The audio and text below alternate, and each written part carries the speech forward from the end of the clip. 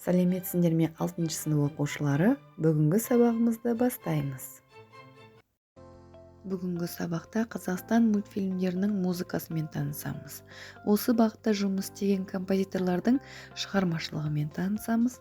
Қазақ мультфильмдерінің даму кезеңдеріне шолу жасап, мультипликация терминдерімен танысамыз. Мультфильмдерге жазылған шығармалардан үзінді тыңдаймыз.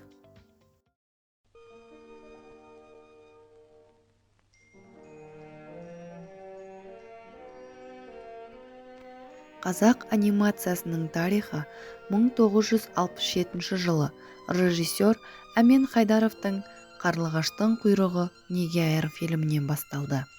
Бұл картина қазақ анимациясының осы кезеңдегі көркем тәсілдерінің негізін қалады.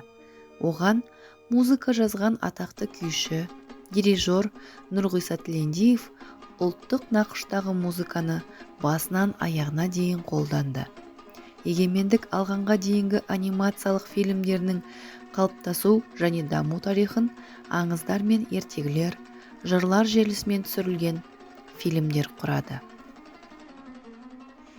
«Қарлығаштың құйрығы неге айыр» фильмінде домбыра басты жағымды кейіпкер қарлығашты сомдауға қатысса, ал оған қарсы қатыгез маса еуропалық скрипка даусымен бейнеленеді.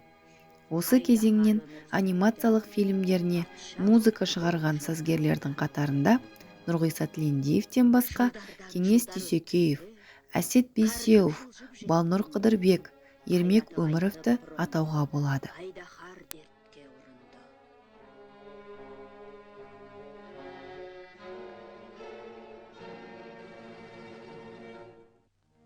Өмірдің соңғы кешінде Айдаһар алды есіне, құдіретті күшті кездерін, маңайын жайпа безгенін, жалмаған, жұтқан шақтарын, жанышқан, қысқан уақыттарын.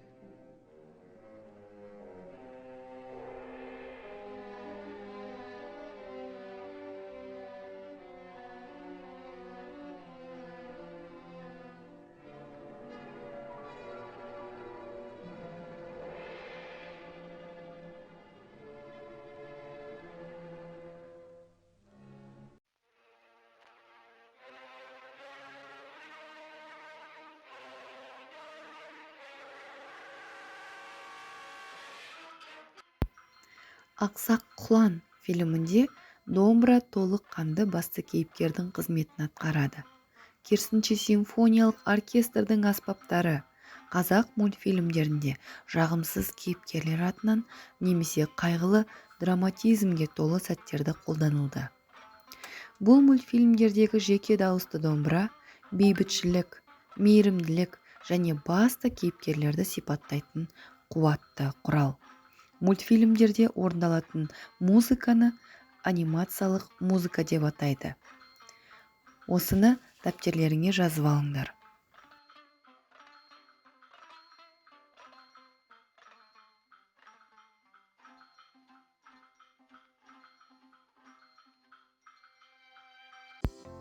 Нұрғиса Атабайұлы Тілендиев 1925 жылы 1 сәуірде Алматы облысы Іле ауданы Шілікемір ауылында дүниеге келді.